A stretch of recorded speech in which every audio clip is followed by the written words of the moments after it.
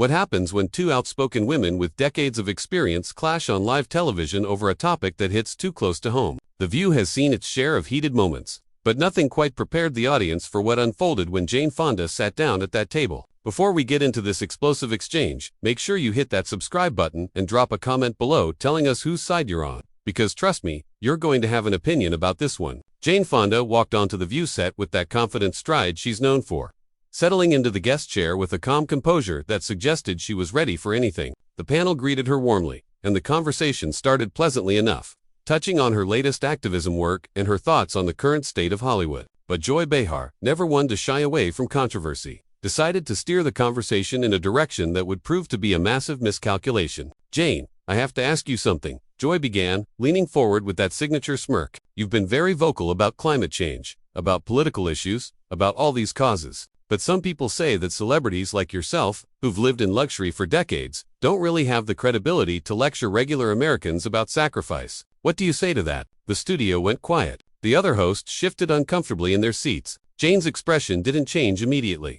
but there was a flicker in her eyes, a spark that suggested Joy had just lit a fuse. "Joy, that's an interesting way to frame the question," Jane replied, her voice measured but firm. "Are you asking me this because you genuinely want to know my response, or are you trying to create a moment for your show?" Joy laughed, but it sounded forced. "I'm asking because people want to know. You fly in private jets, you live in multiple homes. How do you reconcile that with telling people to reduce their carbon footprint?" "First of all," Jane said, her tone sharpening, "I don't own a private jet. I haven't flown private in over 5 years. But let me ask you something, Joy. When you go home tonight to your comfortable life, do you think about the fact that you have a platform that reaches millions of people? And instead of using it to actually discuss solutions, you use it to create these gotcha moments." The audience gasped. Whoopi Goldberg's eyes widened. Sunny Hostin looked like she wanted to intervene, but didn't know how. Joy's face flushed. "Excuse me, I've been fighting for progressive causes since before you made your little trip to Hanoi." And there it was, the low blow, the one thing Joy probably thought would rattle Jane into backing down. But instead of retreating, Jane leaned forward, her voice dropping to a deadly calm. "You want to go there?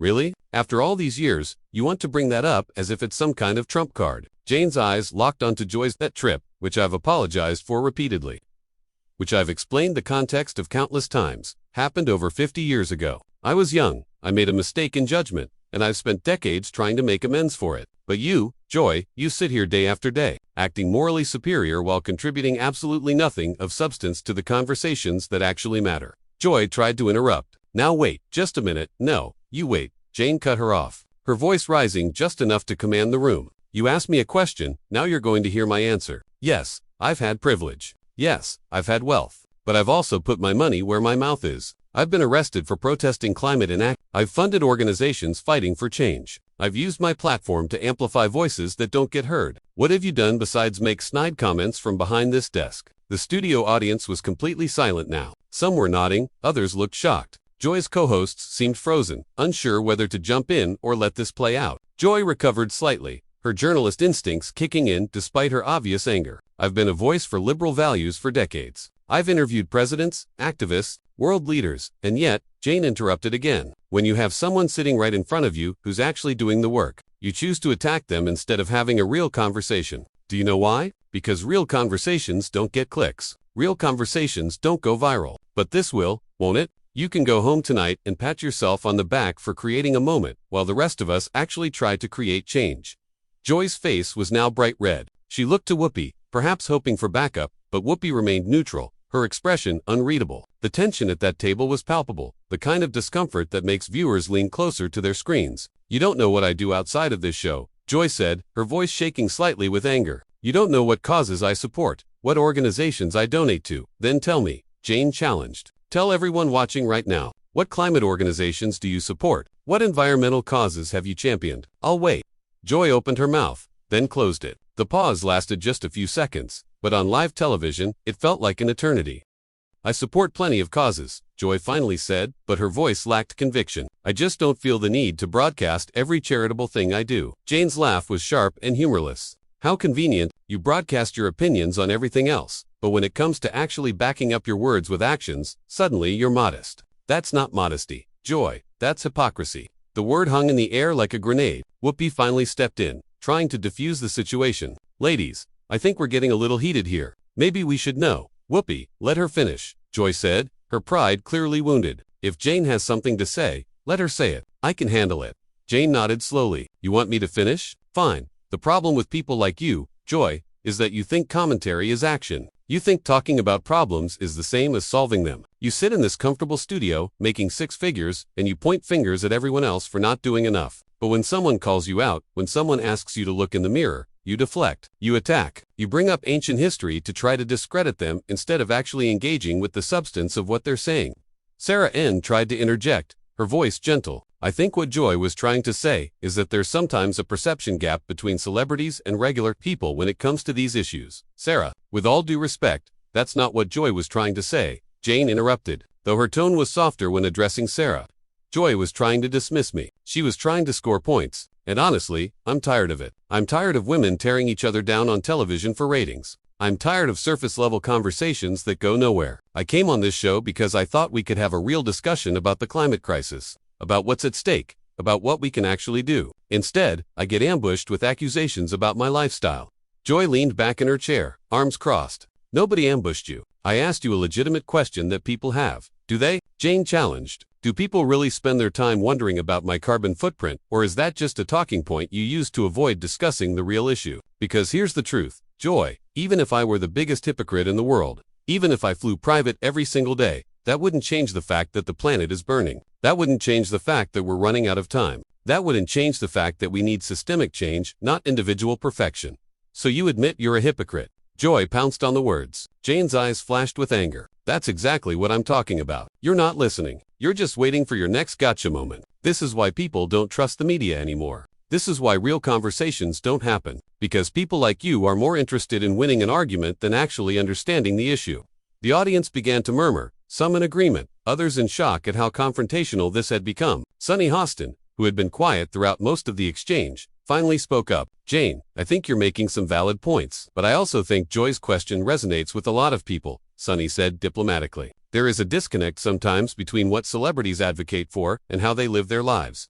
Jane turned to Sunny, her expression softening slightly. Sunny, I appreciate you trying to find middle ground here, but let me be clear. I'm not perfect. I've never claimed to be perfect. But the standard that Joy is trying to hold me to, this idea that I have to be absolutely flawless in my personal life before I can advocate for change, is impossible. It's a standard that's designed to silence people. If we wait for the perfect messenger, we'll never do anything. But don't you see how it looks? Joy pressed. Sensing an opening, you tell working-class people they need to make sacrifices. And meanwhile, what? Jane's voice rose again. Meanwhile, I've been arrested multiple times for protesting. Meanwhile, I've spent my own money funding grassroots organizations. Meanwhile, I've used whatever platform I have to try to make a difference. What exactly are you doing, Joy, besides sitting here criticizing people who are actually trying? Joy's face contorted with anger. I am trying. I talk about these issues on this show all the time. Talking isn't trying. Jane shot back. Talking is just talking. And frankly, the way you talk about these issues, with this cynical, dismissive attitude, does more harm than good.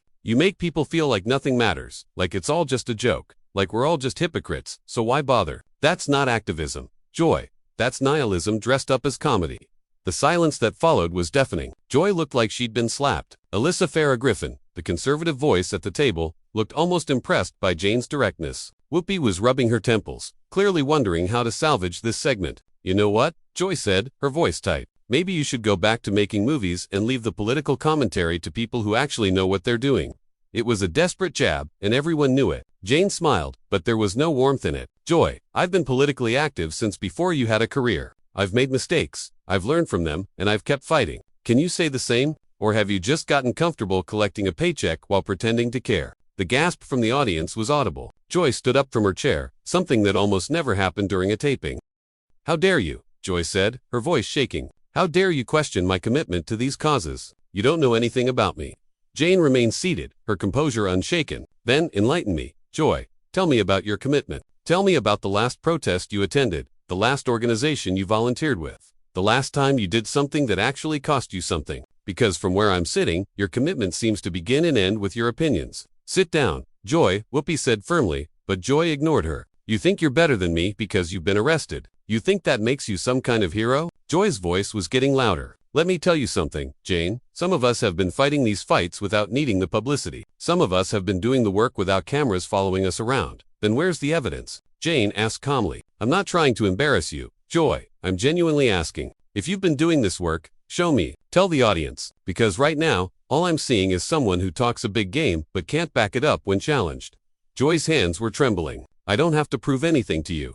You're right, you don't. Jane agreed. But you do have a responsibility to your audience. You have millions of people watching this show, trusting you to be authentic, to be genuine. And when you attack someone for doing the work you claim to care about, you owe those people an explanation. You owe them honesty. Sunny tried again to mediate. I think we can all agree that there are different ways to contribute to causes. Not everyone has to be on the front lines. That's not what this is about. Jane interrupted, keeping her eyes on Joy. This isn't about whether Joy is on the front lines. This is about the fact that she used her platform today to try to tear down someone who is. This is about the fact that instead of having a meaningful conversation about the climate crisis, she chose to make it personal. She chose to question my credibility instead of addressing the actual emergency we're facing. Joy finally sat back down, but her body language was rigid, defensive. You're twisting my words. I asked you a question that a lot of people have. If that makes you uncomfortable, maybe you should examine why.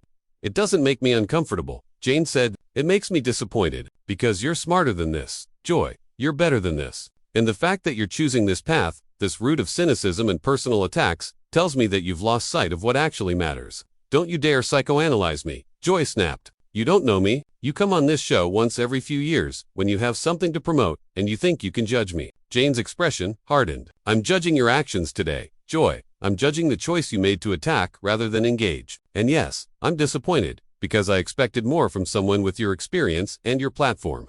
Alyssa finally jumped in, perhaps sensing an opportunity. You know, Jane, I have to say, as someone who often disagrees with you politically, I respect what you're saying right now. There is something hollow about people who criticize without offering solutions, who tear down without building up. Joy whipped her head toward Alyssa. Oh, that's rich coming from you. Ladies, please, Whoopi said, her voice carrying the weight of someone who had had enough. We need to take a breath here.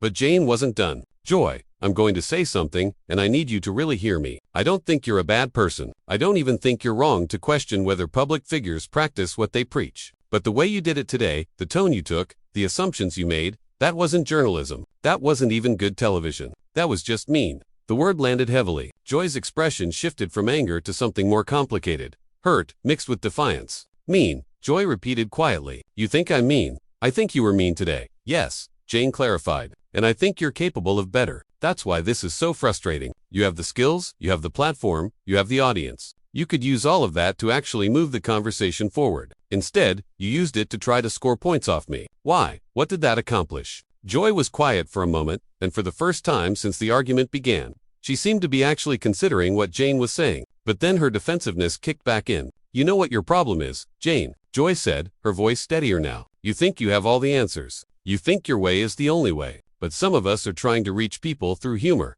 through conversation, through mockery. Jane cut her off. Through tearing people down. That's not humor, Joy. That's not conversation. That's just cruelty disguised as entertainment.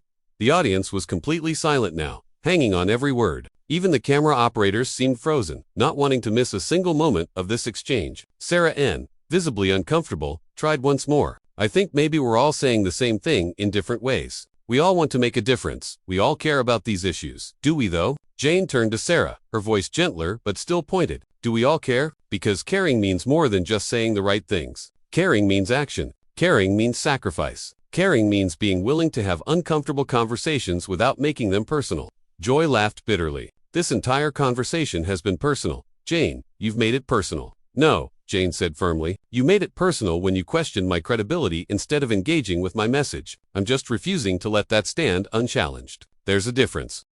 Whoopi leaned forward, her voice carrying an authority that finally seemed to cut through the tension. All right, I'm going to say something here, and both of you need to listen. Jane, you've made your point. Joy, you've made yours. But we have an audience watching, and they tuned in to hear about the issues, not to watch us tear each other apart. Jane nodded slowly. You're absolutely right, Whoopi, and that's exactly my point. We should be talking about the issues. We should be talking about the fact that we have less than a decade to make meaningful changes to prevent catastrophic climate change. We should be talking about solutions, about policy, about how people watching at home can actually make a difference. But instead, we spent this entire segment on personal attacks and deflections. Joy's jaw tightened, but before she could respond, Jane continued, and I take responsibility for my part in that. I could have handled your question more gracefully. I could have stayed calm and redirected. But Joy, you have to understand something. I'm tired. I'm 87 years old, and I'm tired of watching people with platforms waste them. I'm tired of seeing the same patterns play out over and over again. Someone tries to do something, and instead of support or constructive criticism, they get torn down. Their motives get questioned. Their credibility gets attacked. And meanwhile, nothing changes. Sunny nodded thoughtfully. I hear what you're saying, Jane, and I think there's truth to it. But I also think Joy's question, however it was phrased, does reflect something real. There is a trust gap between everyday people and wealthy activists. How do we bridge that? Jane's expression softened as she turned to Sunny. That's a good question, and it's one I struggle with. Because you're right, there is a gap. And I think part of bridging that gap is being honest about privilege and power. I have both. I've had both my entire life. But the question isn't whether I'm perfect, it's whether I'm using what I have to create change. And I am. I'm doing everything I can. Is it enough? Probably not. But it's something, and that's all any of us can do. Alyssa added, do something. Even if it's imperfect. Joy finally spoke, her voice quieter than before. I do things. I do support causes. I just don't broadcast it because I was raised to believe that charity is private. Jane looked at her for a long moment. Then we're different people. Joy, because I was raised to believe that silence is complicity. I was raised to believe that if you have a voice, you use it, even when it's uncomfortable, even when people criticize you for it. And yes, that means being public about what I support and why. So anyone who's private about their charity is complicit. Joy's voice had an edge again. That's what you're saying. That's not what I said, and you know it, Jane replied calmly. Stop twisting my words to make yourself the victim here. I'm saying that for me, with my platform and my privilege, silence feels like complicity. You can make different choices, but when you sit at this table and use your platform to attack people who are being public about their activism, you can't then hide behind the excuse that your charity is private. You can't have it both ways. Joy opened her mouth, then closed it again. For the first time in the entire exchange, she seemed genuinely at a loss for words. Whoopi jumped in, perhaps sensing the argument had finally exhausted itself. Look, I think we've all learned something here today. Sometimes the most important conversations are the messy ones. Sometimes we need to push each other, challenge each other, even if it gets uncomfortable. I agree, Jane said, but there's a difference between challenging someone and trying to discredit them. That's the distinction I'm trying to make. Challenge me on my ideas. Debate me on policy. Question my strategies. But when you go after my character, when you imply that I'm not genuine in my commitment, that's not a challenge. That's an attack. Sarah turned to the audience. What do you all think? Do public figures have a responsibility to be transparent about their activism? The audience erupted with mixed reactions, some applauding, others shouting out responses. Jane watched them for a moment before speaking again. I want to say one more thing, Jane said, her voice cutting through the noise. Joy, I know I came on strong today. I know I was harsh, but it's because I believe you're capable of better. This show reaches so many people. You reach so many people. Imagine what could happen if you used that reach not to tear down, but to build up. Imagine if instead of questioning my credibility, you had asked me about specific actions viewers could take. Imagine if we had spent this time talking about solutions instead of my supposed hypocrisy. Joy looked at Jane, and for a moment, something passed between them. Understanding, maybe, or at least recognition. You're right, Joy said quietly, and the shock in the room was palpable. Not about everything, but about some things. I could have asked better questions. I could have approached this differently. Jane nodded, and I could have responded with more grace. But here we are. The question is, what do we do now? Whoopi smiled for the first time since the argument began. Now we take a commercial break and try to remember why we all got into this business in the first place. The audience laughed, the tension finally breaking. But as the show went to commercial, Jane and Joy continued to look at each other across the table, neither willing to look away first. When they came back from the break, the conversation had shifted, but the energy in the room had fundamentally changed. Joy asked Jane about specific climate initiatives, and Jane answered with facts and passion. They didn't become best friends. They didn't pretend the argument hadn't happened, but they managed to have the conversation that should have happened from the start. As the segment wound down, Jane made one final point. The climate crisis doesn't care about our egos. It doesn't care about our feelings or our television ratings. It's happening whether we're ready or not. So we can either keep having these surface-level conversations, these gotcha moments, or we can actually do the work. The choice is ours. The audience applauded, and this time, even Joy joined in. So what did you think about this heated exchange? Did Jane go too far, or did Joy deserve to be called out? Make sure you subscribe to see more stories like this, and drop a comment below with your answer to this question. Whose approach to activism do you think is more effective? Public advocacy or private charity?